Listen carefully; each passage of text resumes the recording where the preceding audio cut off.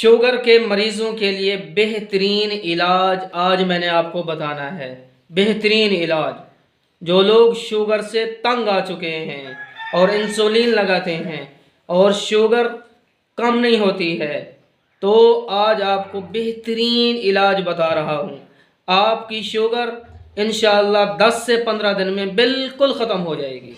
आप चेकअप करवा सकते हैं बिल्कुल, यानी ये आपको मैं दावे से कहता हूँ कि आपकी शुगर ख़त्म हो जाएगी और ये इंसुलिन लगाना अब बंद कर देंगे।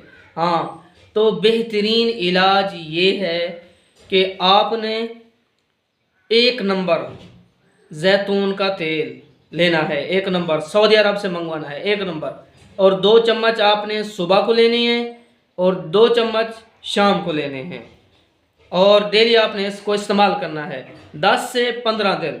10 से 15 दिन के बाद आप अपना चेकअप करवाएं, इंशाल्लाह आपकी शुगर ख़त्म हो चुकी होगी और इंसुलिन आपकी ख़त्म हो जाएगी और इंशाल्लाह आप ठीक हो जाएंगे।